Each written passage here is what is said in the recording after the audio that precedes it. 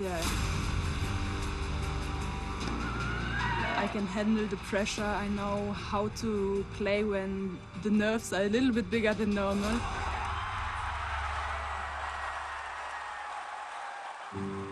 Congrats, Serena. You are really an inspiration for so many people. You create like a history, you are the champion, and you know you are a really unbelievable great person. So congrats for everything you did already.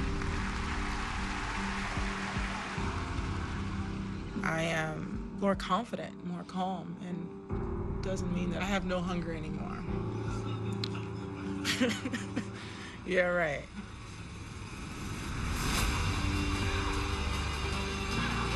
The more you win, the older you get, you feel like, okay, I have to win. On this stage, you can't go out there and just try to not losing. That's not the way you can beat her. The pressure is on both sides. We've talked about this before, but it sort of never gets old. Almost every match you play, for the opponent, it's their Super Bowl. That's a good way to put it.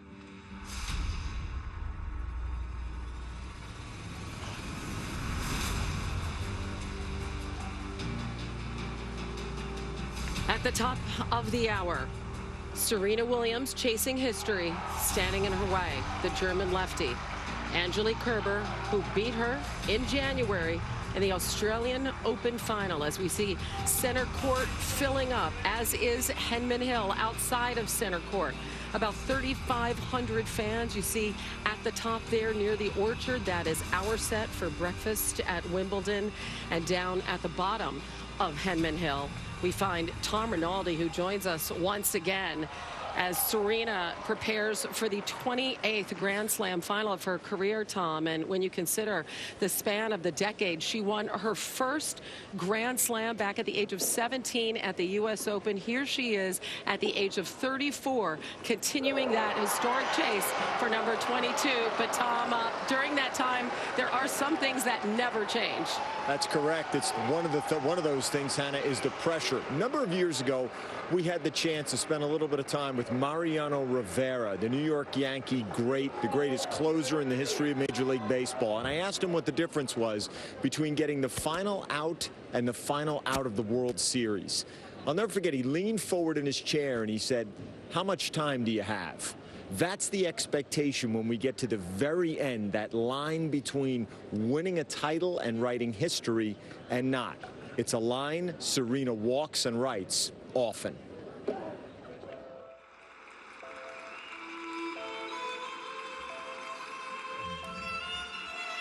If all points count the same, what's the difference between the point that wins a game and wins a set? Between the one that wins the set and the match? Between the one that wins the match and the title? Ask the woman who has won the points that have won 21 Grand Slam titles. And she knows the difference. Well, I think winning the final game of a major, just all about nerves. Dealing with the pressure, the expectations. She continues to impress. I think you have to be able to hold it together. The more you win, the older you get, you feel like, okay, I have to win, I have to do this, I have to do that. It really is about holding that inside and then releasing it at the right moments. Serena Williams has long been not only one of the game's greats, but one of its greatest closers. A year ago, she was 21-4 in title matches at majors. Serena Williams rules again. When she reached the final, 84% of the time, she won it. Look out, Steffi Graf. Serena's giving chase. Then the calendar turned to 2016.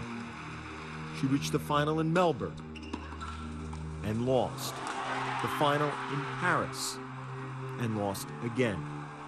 For Williams, there's no consolation in getting this far. Yeah, for me, 3 consecutive wins would be great. I'm here to win. I'm not here to get into the final and be happy with that. nothing can take away from the domination for nearly 2 decades of Serena Williams. What happens at the end? That's what time remembers. The ball between Buckner's legs, or Gibson's home run. Scott Norwood missing wide right, or Adam Vinatieri splitting the uprights. Chris Webber calling timeout, or Kyrie Irving making the three. For Serena Williams, it's that question and that time again, closing time. And with bracing honesty, she admits it doesn't get any easier. I feel like the nerves are very hard when you're young because it's like, oh my God, it's the first time. But I also feel like when you're older, it's like, I should be winning. This is my only time to win. I think eventually, years down the line, I'll be like, wow, that was pretty good. But right now, that doesn't make me satisfied. When every win is expected and every loss is a shock. That's the dynamic that Serena Williams has lived in for the vast majority of the second half of her career, Hannah. And she lives in it yet again, despite the fact that she beat that she lost to Kerber, pardon me, in the Australian Open final. She's still the overwhelming favorite, as she is every time a final and a major title is on the line. Tom, thank you so much, and we look forward to your reports throughout the day. Great job again today on Breakfast at Wimbledon, really putting in perspective what this superhuman athlete, really one of the greatest athletes, male or female, in the world today, and one of the most dominant. But of course, she feels pressure. How do you know whether she's able to handle it today? What are we going to be looking for early in the match that might indicate whether she's feeling it or not? Well, especially as she's been so dominant in the last couple of years, we know the serve is going to be there. That's her biggest weapon. But when I watch Serena, I look at the first couple of games of the match and I watch her footwork. We know her speed is great. The footwork, the little steps to get her set up. And she has been spot on during these championships, setting herself up, getting in position. Sometimes when she gets a little bit tight, and that's happened in the last couple of big matches she's played in majors, she doesn't quite get to the ball. She doesn't go after the ball. Doesn't take those little steps to move forward. I saw her hitting partner right after they hit this morning, Robbie Poole. He said, Patrick, I have never seen her this determined.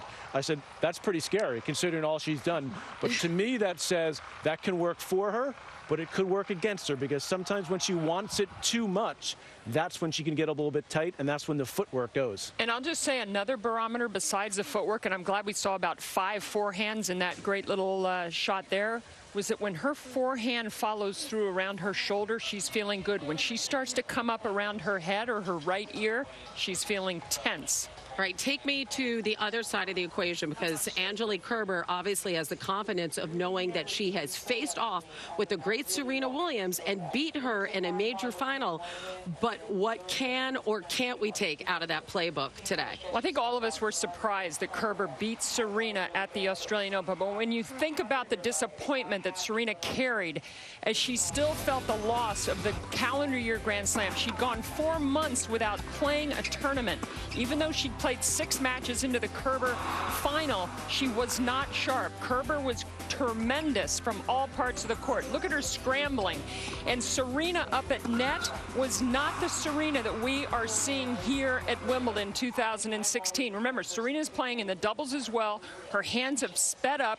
She's not only her footwork's quicker, but her hands are quicker, and it's going to be a totally different match because Serena has played a lot of tournaments coming into this Wimbledon. She's ready to go. Do you agree that it's going to be a completely different match? They have never met on grass. That bears mentioning. I think if Serena obviously brings her A game and serves well and gets off quickly, she could run away with it, but I don't expect that to happen. I think Kerber is very, very tough. She returns well. I don't think she's going to be overwhelmed by the occasion. She took it to Serena in the Australian Open. I thought Serena picked up her game, and Kerber handled the pressure in that third set. I'm thinking one tight set in this one, as I've been saying from the beginning, number 2-2 is coming today. Serena's going to get it. Although the pressure certainly in this case would all appear to be on Serena. Again, she has that number 22 looming in front of her that she's trying to reach, just as she did when she was trying to reach the benchmark of 18. It's not that easy, even for someone of her stature. All right, I want to get your picks coming up. Again, everyone filling the seats at center court, including the great Gary Player, who knows a thing or two about winning major titles, as he did in the sport of golf, picking up 9 of them. Again, Serena Williams goes for number 22 in minutes. A good car has to maneuver quickly. That's also true of a good car company. People have always bought cars, but we saw an opportunity in sharing cars. So we moved fast and launched Car2Go in 29 cities, all around the world. Doing that required dozens of data centers designed for speed and performance. We built our business on the IBM Cloud, because that's what the IBM Cloud is built for. You totaled your brand new car. Nobody's hurt, but there will still be pain. It comes when your insurance company says they'll only pay 3/4 of what it takes to replace it. What are you supposed to do, drive 3/4 of a car? Now, if you had Liberty Mutual new car replacement,